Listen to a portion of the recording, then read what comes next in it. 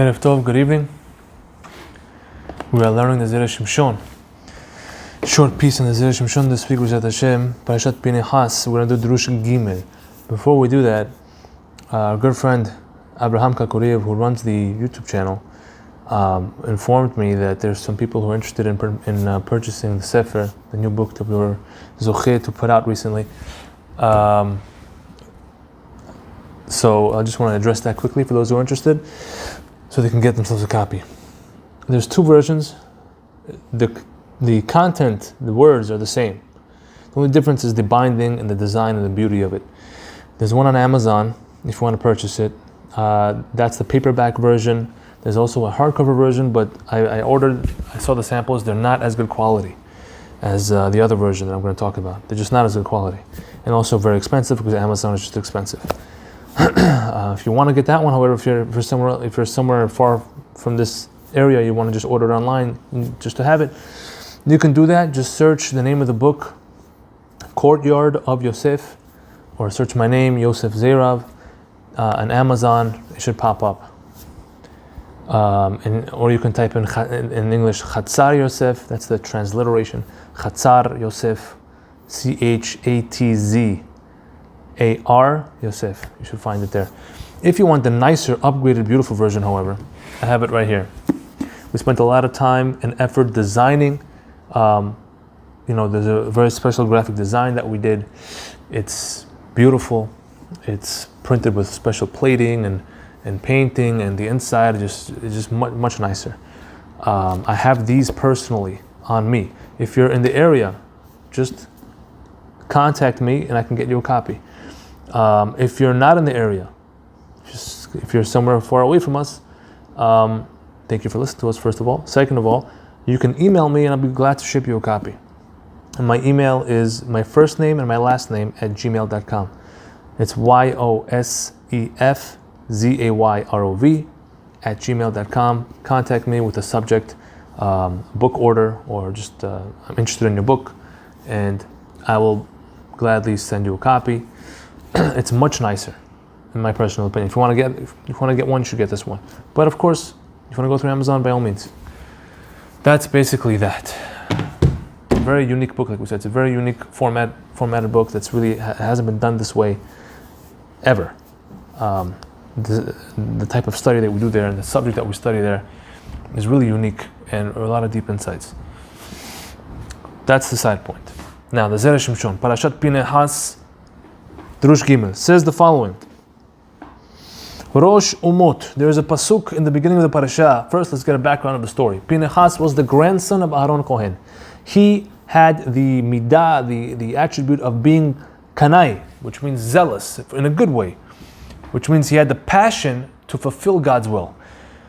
And what happened was, Zimri, who was one of the heads of the tribes of Shimon, he took this girl, whose name was Cosbi. She was the daughter of a Midianite king, so she was a Midianite princess.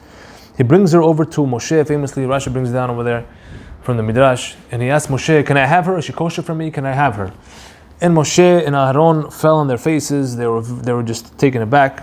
Of course, before that, he answered them. Moshe answered them, of course not, you cannot. She's not Jewish. And Zimri said, hold on a second, who let you have Tzipporah? Which was really a loaded question, because when Moshe married Tzipporah, it was before the Torah was given. Tzipporah obviously accepted Hashem and accepted God. She was not an idol worshiper when he married her. He converted her, so there's a whole inappropriate question. But Moshe didn't feel right to answer, didn't feel in the right position to answer Zimri, so they didn't answer him. Some versions say that Moshe forgot that halakha because of his anger in that moment. And then Pinchas, the grandson of Aaron, stood up and he said, Moshe, you taught us, didn't you teach us, Kanaim Pogimbo, that if a Jew has relations with a non-Jewish woman, an Aramean, they call him Aramit, but it means a non-Jewish woman, that a zealous person, a Kanai, has the right to punish them in the act, while they're in the act, punish them by death. And the answer is yes, that was the halakha. Moshe says, since you reminded me, you have the zechut to fulfill it. And that's what Pinchas did. Pinchas snuck into the camp. There's a lot of interesting commentary from the Midrashim explaining the 10 different miracles that happened that allowed Pinchas to sneak into the camp and kill them, Zimri and Cosbi, in the act and take them out and prove that what they were doing was a violation, etc. Very interesting stuff over there. But that's what Pinchas did. He went inside, took the spear, it says, took a spear. He was able to hide the spear. That was one of the miracles. It's a huge weapon, but he was able to hide it within his cloak. That's one of the miracles. He snuck inside into the tent and he caught them in the act and he speared them right in the place of their bodies where they were doing the act. And then he flipped them over like this and went outside to show everyone that he caught them right in the act, because that's what the halakha permits. It only permits them in the act, right? If he killed them after or before the act, he's a murderer. But if he killed them in the act, he fulfilled the halakha and it was mutar, it was allowed. Not only was it allowed, God came to Moshe at the very beginning of the parasha and said to Moshe, what Pinchas did was excellent. Excellent.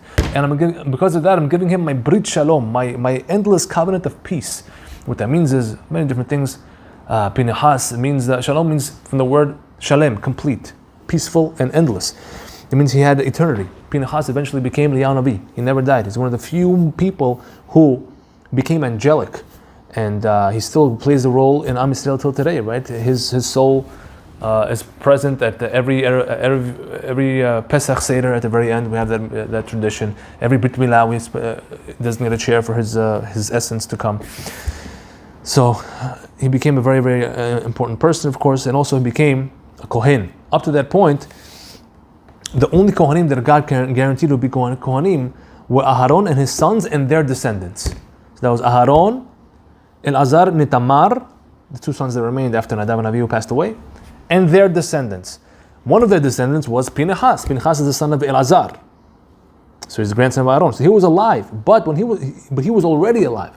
And the wording of the priesthood, when God gave it, was Aharon and his sons. It means his direct sons, Elazar and Itamar, and their descendants, which seems to include Pinchas.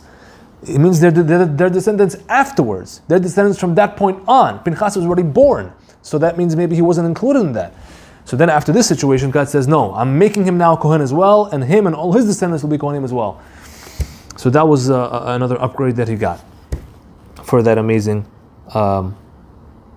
that amazing mitzvah. And one of the miracles that happened, I'll just mention them now, was that since he became a Kohen, at that moment, he would not be allowed to expose himself to the tum'ah of a dead body that's not one of his seven relatives. Zimri and Cosbi were not one of the 7 relatives. And of course he went in and he stabbed them with the spear, and the miracle was that no blood from them dripped on him, so he didn't get any tum'ah. There was no blood. And secondly, one of the most interesting miracles there was that he caught them, of course, right in the spot of their bodies when they were doing the sin, which is their waist area, which was needed in order to prove that he caught them in the act. And also, when he came out, the male, meaning Zimri, was on top, which was not the way it was. Again, it's hard to explain. He had to prove that Zimri wasn't forced upon, right? And Zimri, when he came in, he speared them from the back, and then if you flip it, that means he's on the bottom. Zimri would be on the bottom. So if he came out, it wouldn't look like he did like Zimri violated, because he would be on the bottom of the spear, because he flipped it around. So therefore what he did was, what the miracle was, that on the spear they flipped. Zimri appeared to be on top, on the spear, after he flipped it, to prove that he wasn't forced upon, that he was because he's the male, he was the active part of the violation. So it's a very interesting thing over there. Okay. Now the Torah gave us then in the beginning, gives us the identification of those two people. I just told you who they are, Zimri and Cosbi Batsur. Cosbi was the Midianite princess. Look what it says in the Torah about her and her family. Chapter 25, verse 15 says the following. B'Shem Ha'isha Hamuka, the name of the woman who was stricken, Hamidanit, who is from the Midianite woman, Cosbi Batsur, Cosbi the daughter of Tsur. And who is Tsur, says the Torah? Rosh Umot Bet Av B'Midyanhu. He is the head of the nations, head of the peoples of father's house in Midian. He was a head of peoples of a father's house in Midian. Put simply, he was one of the kings of Midian, one of the main leaders of Midian. How many were there actually? The Torah later on in a future parasha is going to explain how the Jews, after God's command, went and had war with the Midianim, and they slaughtered them as a revenge for God. And amongst over there, the Torah lists the kings of Midian whom they slaughtered. It says over there in chapter 31, verse 8. It says, Et Evi, Vet Rekem, Vet Tzur, etc. Let me bring the actual verse, 31:8. Here we go, 31:8. ויצבאו על מדיין כאשר ציווה השם את משה והרגו כל זכר ואת מלכי מדיין. They killed the kings of Midian, הרגו על חלליהם, amongst their dead ones, את אבי ואת רקם ואת צור ואת חור ואת רבע, חמשת מלכי מדיין. Those are the 5 names of the kings, 5 kings of Midian. Who are they again? Evi, Rekem, Tzur, Hur, and Reva. Tzur is mentioned third. Tzur is the father of Kozbi, who was making the sin with Zimri. So now the question becomes, why was Tzur counted third in that list? Really, Tzur was the head of them, meaning amongst all the 5 of them, Tzur was the most important one. Tzur was the king of kings in Midian. If that's the case, why was he listed third? It seems inappropriate. Says Rashi on the spot, what does it say? Echad mechamishet melchei Midian, et Evi v'et Rekem v'et Tzur gomer, v'hu haya chashuv mikulam. Tzur was the most important of all of them. Shenemar, as it says, Rosh Umot. This is over here. He was the head of the peoples. Rosh means head of heads. But why was he listed third then? Why was he downgraded? Since he treated himself debasedly, fancy word for disgracefully, le'afkir bito, to let his daughter loose into this promiscuous act of harlotry, mena'osh lishi, that's why he was counted third. Because of this act that he let his daughter out, that they hated the Jews so much that the kings even let their daughters out to go entice the Jews and be part of that licentious sin. For him doing that, he was downgraded to be listed third. Says Zera Shimshon, Kasher, this is difficult. If in truth, hu rosh al kulam, if he really was the king of kings in Midian, why do I care if the pasuk listed him third? What damage did the Torah do to him by listing him third? In actuality, in his life, he was the king of kings, and he was treated like the king of kings, and he lived like the king of kings. He didn't actually feel any downgrade by the Torah listing him third. What's the point?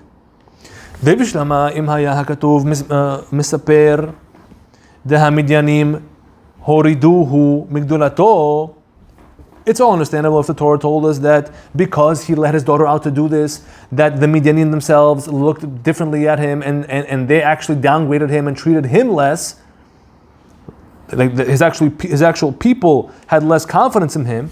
If that's what actually happened, nicha, then it all makes sense, fine. But now, that he remained in his high position until he died.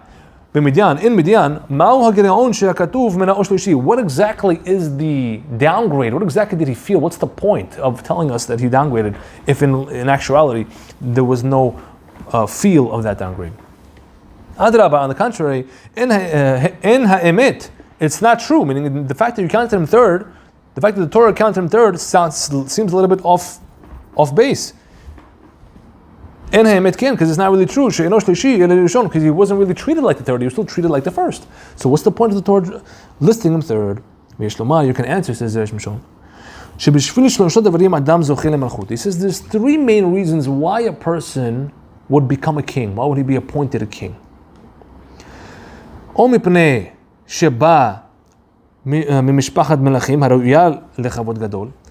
Reason number 1 is because he comes from a family of kings. He has a dynastic lineage, right? So it's a purely genealogic reason, a good lineage. That's reason number 1. Or maybe reason number 2, he has great wisdom, amazing wisdom that he's appropriate to be a leader. He's appropriate to learn from and to lead a bunch of people because he's that wise. That's 2. oshro, or maybe because of his great wealth, monetary wealth, right? Everyone respects that. Just like it says by Achashverosh, the king of Persia, in the Purim story. It says over there in Masechet Megillah 11a, ומי שנעשה ראש בשביל הממון ולא בשביל כבוד המשפחה ולא בשביל החוכמה הוא הדבר היותר גרוע מכל השלושה שאמרנו. And it says if somebody became king because of his wealth, his monetary wealth, instead of because of his lineage or because of his wisdom, the wealth is the least beneficial, least important. It's the lowest of the three reasons. It's the most how do I say it? The least important reason, right? Wisdom is something that a person himself has to acquire through his own effort and studies. Coming from a great lineage also is a great privilege. But being wealthy is not necessarily on those levels. Being wealthy, anyone can become wealthy. Even someone who's not very wise can become wealthy. And even who does not come from a great lineage can become wealthy. Wealth is something external to the person, right? Wealth is just money. It's just paper at the end of the day. Yes, it's important, and it's an important part of life, and we can't escape it. But at the same time, it's not the most important. It's nowhere near the most important, right? Lineage is a part of the person himself. It's ingrained in his DNA that he comes from great people. Wisdom is ingrained in his mind and his soul that he earned, that he worked hard to get. That not everyone can achieve. Not everyone has the ability to become wise. But wealth, money comes and goes. Anyone can technically become rich, right? You have all these Bitcoin millionaires. Just they press a couple of buttons on their phones. 5 years later, they're billionaires. You know what I mean? Where's the wisdom in that? So it's honorable, but not compared to the other two, the lowest one. Umitchila, and not from the beginning, he says. Haya Rosh Umot B'chol HaShosh Devarim. He says that Sur, the father of Cosbi, he became king of kings in Moab. I'm sorry, I keep saying Moab. He became king of kings in Midian because he had all three of these things. He had the wealth, he had the lineage, and he had the wisdom. Sheyu lo kavod hamishpacha, kavod hachokma, kavod haosher. But once he released his daughter to do such a lowly, disgraceful thing, to make her a harlot, just to bring down God's holy nation. Once he did that, he lost the honor of his family. He disgraced his family, right? The great lineage he had, he disgraced it. And he lost his wisdom, because it doesn't look like a wise thing to do at all. It looks like quite the opposite kind of thing to do. So those two factors he lost. And that's why he only remained the king because of the great wealth that he still had. So that's the only reason, that's the only technical reason why he still deserved to be king. And to hint at this, that's why the Zera Shimshon says, that's why the Torah lists him as the third king amongst the five kings, to hint that he only had the lowest level, the third reason to stay king, which was the wealth. That is the piece of Zera Shimshon this week. B'ezrat Hashem, Naseh Masech next week and onwards. Baruch Adonai Olam. Amen. Amen.